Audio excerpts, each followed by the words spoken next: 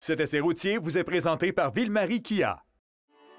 Pour les petites ou grandes familles, quand ça roule, Evelyne est là pour nous parler de ses découvertes. Mais qu'est-ce qu'on a cette fois-ci? Cette semaine, je vous présente le Kia Niro 2024, une voiture qui est 100% électrique et qui, vous allez voir, est assez surprenante.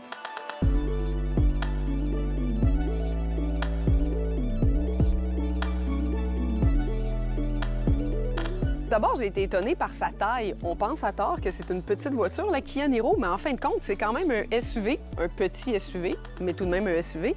Et j'ai amplement d'espace pour mettre mes 2 sièges d'enfant et il reste de la place en masse pour tout le monde. Et le coffre, pas gênant non plus, regardez ça, vraiment assez spacieux, c'est surprenant. Et même, il passe le test du Costco.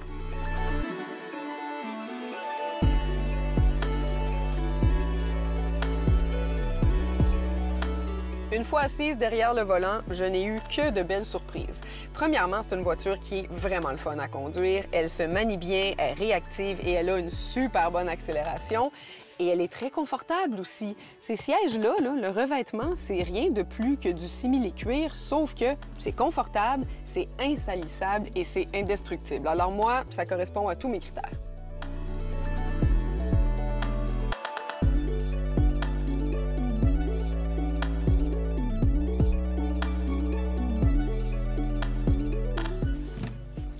J'ai entre les mains le modèle le mieux équipé et franchement, ça vaut la peine. Il est vraiment à la fine pointe de la technologie. Quand j'arrive, j'ai le déverrouillage des portes sans avoir besoin de la clé.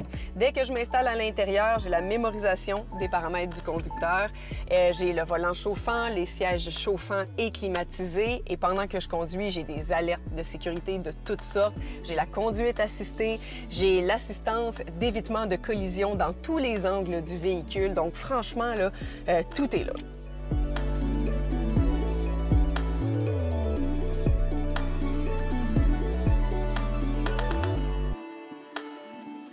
J'ai 2 seuls petits bémols.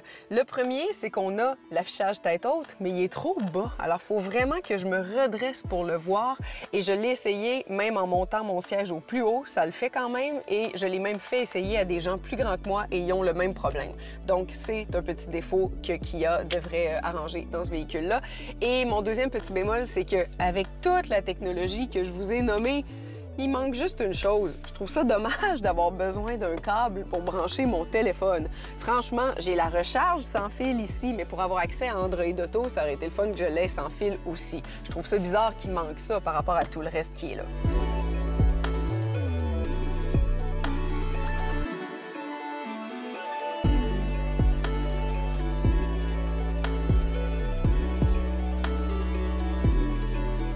Finalement, il faut parler de ce qui est probablement la plus belle qualité de cette voiture-là, c'est son autonomie. Elle nous offre 407 km d'autonomie quand la batterie est pleine et aussi la batterie, elle est munie d'un dispositif de chaleur, ce qui fait en sorte que l'hiver, c'est pas supposé fluctuer beaucoup et j'adore le fait que ça se branche par en avant, beaucoup plus pratique. Recherche commencée.